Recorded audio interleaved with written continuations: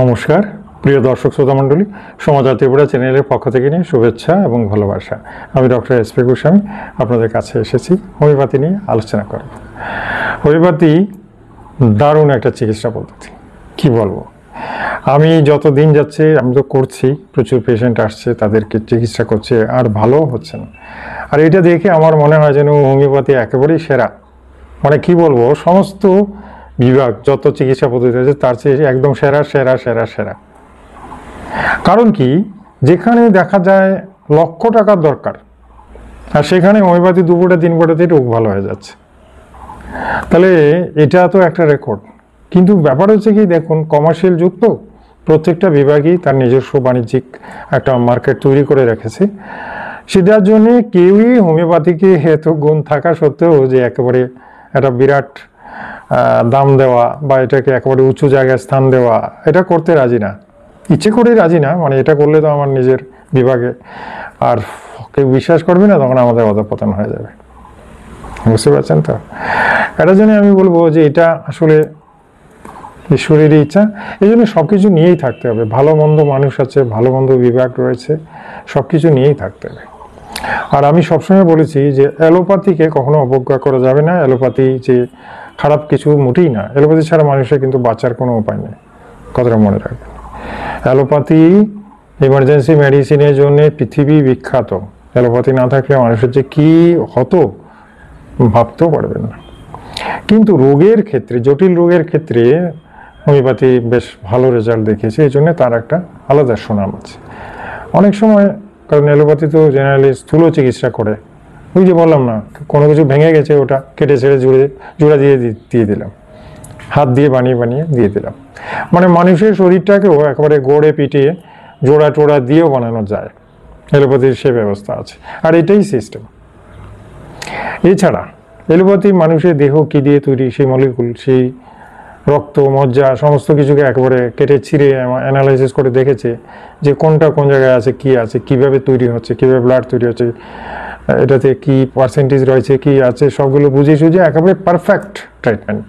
এবং সেগুলো fill up করে করে মনুষ্য দেহকে মোটামুটি সচল রাখা যায়, বুঝতে পারছেন তো। এই জন্য বলি যে এটা হচ্ছে একেবারে উন্নত বিজ্ঞানের পরিচয় অ্যালোপ্যাথি। আজকাল অ্যালোপ্যাথি অনেক অনেক উন্নত হয়ে গেছে, অনেক আধুনিক হয়ে গেছে, সব সমস্যারই সমাধান আছে অ্যালোপ্যাথিতে। কিন্তু তারপরেও দেখুন, বেলুর ঘুরে এসেছেন, অ্যাপেলো ঘুরে এসেছেন অনেক লোক, মানে প্যাথোলজি টেস্টে দেখাচ্ছে সব ভালো, তারপরেও মানুষ ভুগছেন।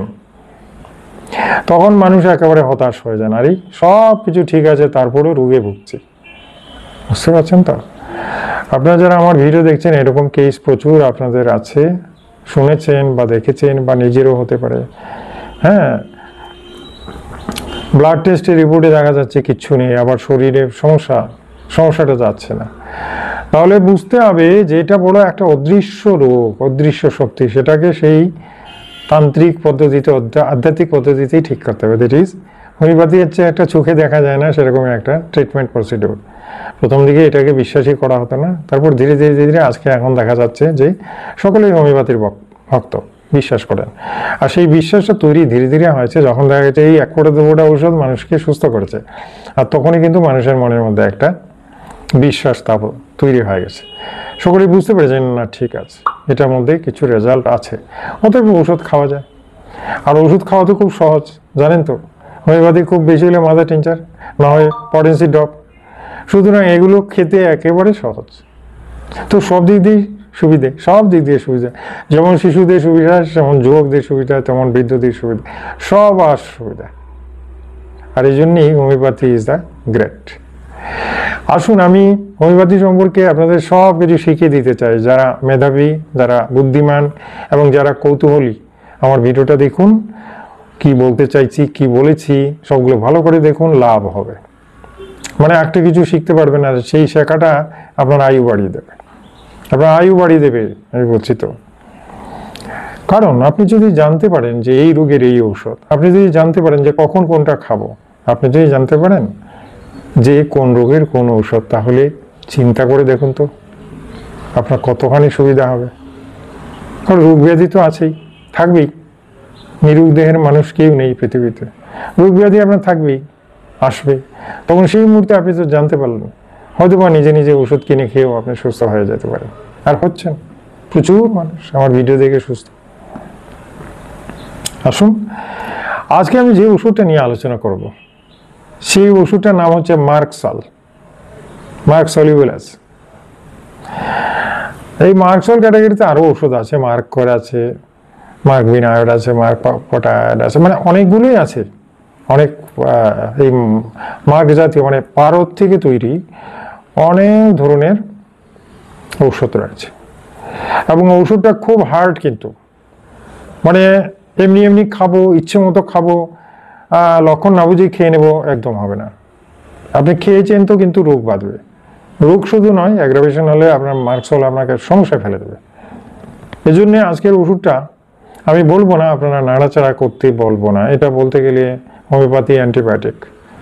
সুতরাং এই অ্যান্টিবায়োটিক যদি হয়ে থাকে তাহলে সেটা আপনি কাঁচা হাতে নাড়াচাড়া করতে পারেন। বাট জানতে হবে এটা কিসের জন্য দেওয়া হয় এবং কেন দেওয়া হয়, এটার ফাংশন কি, এই কথাটাই আমি আজকে বলতে চাই। প্রথমে দেখুন এই শিশিটা, হ্যাঁ, নামটাও পড়ে নিন। এই দেখুন এখানে লেখা আছে, হ্যাঁ, এখানে মার্কসল। মার্কসল, এই মার্কসল ওষুধটা কেন লোকেরা খায়, কেন ডাক্তারবাবুরা দেন, এটা সম্পর্কে বিস্তারিত জানলে আপনার জীবনে একটা কি বলবো মারাত্মক একটা লাভ হবে। আচ্ছা, এবার আমি বলে নিই, আমরা যে মার্কসল ইউজ করি, বেশিরভাগ হোমিও ডাক্তাররা, কম পড়ুয়া বলুন আর বিজ্ঞ বলুন, অভিজ্ঞ বলুন আর অনভিজ্ঞ বলুন, সবাই যেটার জন্য ইউজ করেন সেটা ম্যাক্সিমাম কি বলবো মাথা থেকে গলা অবধি, মুখ্যত আমি যেটা বলি, মুখ্যত এই জায়গার ফাংশনটার জন্য বেশি ইউজ হয়।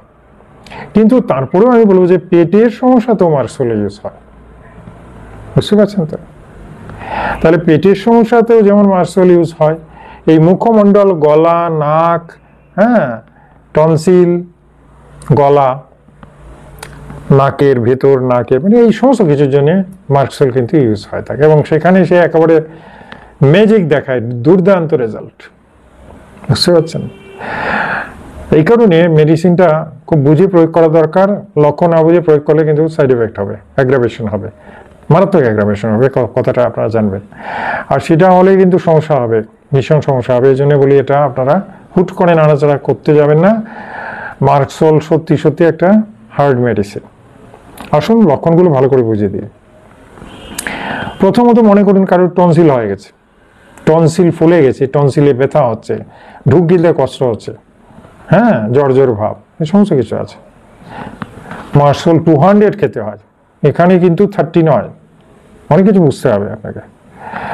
মার্কসল 200 আমরা 2 ফোঁটা করে দিনে 2 বার করে মনে করুন 5 দিনের মতো দেই, বেশি দিন আবার খাওয়ানো যায় না।